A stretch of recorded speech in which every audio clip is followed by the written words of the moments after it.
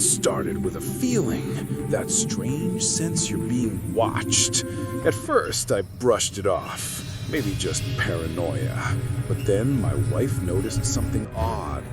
A tiny red light blinking near our backyard fence. We got closer, and there it was, a hidden camera, pointed straight at our house. The HOA said it was for security, but why was it aimed at our window? That's when we learned the truth and uncovered a secret so twisted it would expose just how far our HOA president was willing to go to control us. When we first moved into Willow Creek Estates, it felt like a dream. Clean streets, trimmed lawns, families walking dogs, the kind of place where everyone smiled and waved. We'd worked hard for that house. After years of renting, it finally felt like home. The HOA meetings were casual, the board seemed friendly, and Robert, president, was one of those overly polite types who called everyone neighbor. But then, little by little, things started to change. Robert began enforcing new rules. At first, it was small stuff, like no trash cans visible before 7 a.m. Then came random warnings, a letter about overgrown shrubs, though our gardener had just come by. When we asked questions, Robert's responses were always the same. Community standards, nothing personal. Then one evening, during a neighborhood barbecue, our friend Mike mentioned something strange. He'd spotted a camera mounted near the HOA entrance, pointed not at the gate, but at the street where people walked their dogs. "Guess we're under surveillance now," he joked. Everyone laughed, but I noticed Robert standing nearby, silent, watching. Over the next few weeks, more cameras appeared. By the pool, the playground, even near mailboxes. Every corner of our neighborhood was under some sort of monitoring. Still, we trusted it was for safety until the day we saw that red blinking light aimed right into our backyard. We emailed the HOA. No response. We showed up at the next meeting and asked directly, "Why is there a camera facing our house?" Robert smiled, that same fake smile, and said, "For community protection. Some residents have been concerning." He wouldn't say who. That night, my wife couldn't sleep. We closed every curtain, double-locked every door. But the fear wasn't just about being watched. It was about who was watching and why. The next morning, I decided to check the HOA's bylaws. Nothing. No mention of camera installations or monitoring authority. So who would approve them? Where was the footage going? The deeper I dug, the stranger it got. A neighbor named Jill told me she'd received a warning letter for excessive noise, even though she lived alone and worked nights. Another, Tom, said his HOA fees had increased for security upgrades, but he'd never voted on any change. That's when I started asking questions, real ones. I requested financial reports, camera placement maps, and vendor contracts. Days turned into weeks without any response. Then one morning, an envelope appeared in my mailbox. "Cease all interference with board matters." No signature, no logo, just a warning. By now, most of the neighbors were whispering.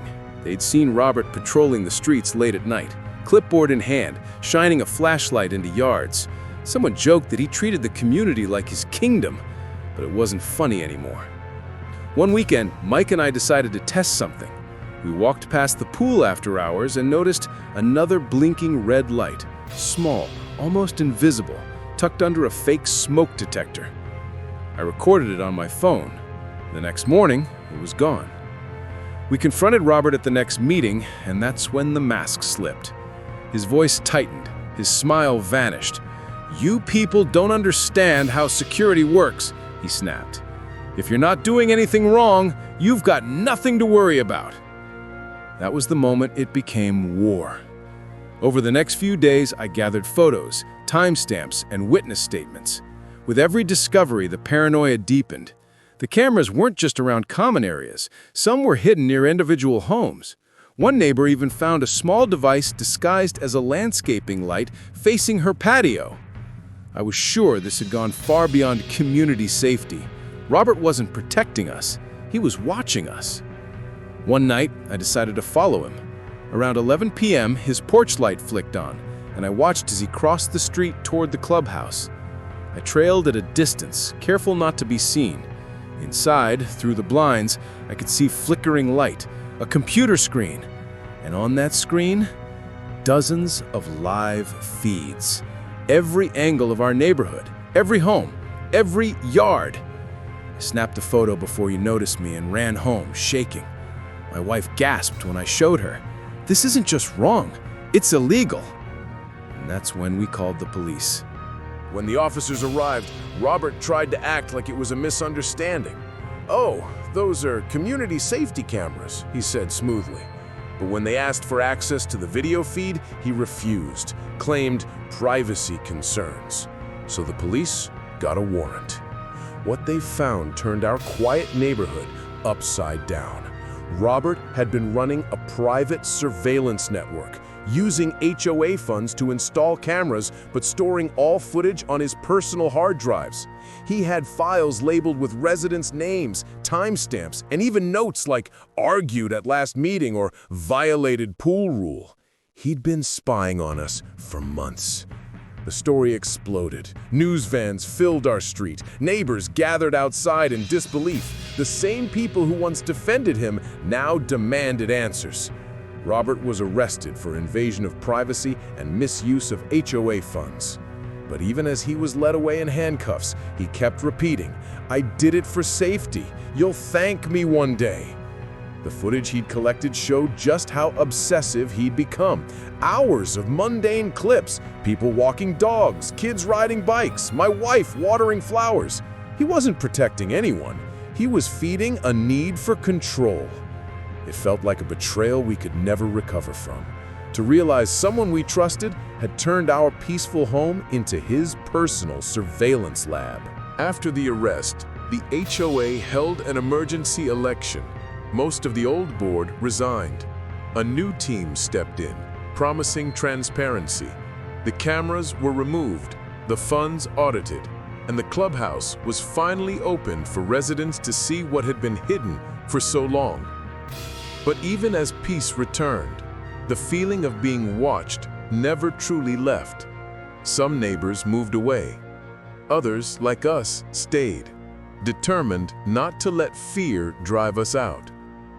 Weeks later, a letter arrived from the local reporter who had covered the story, Kara.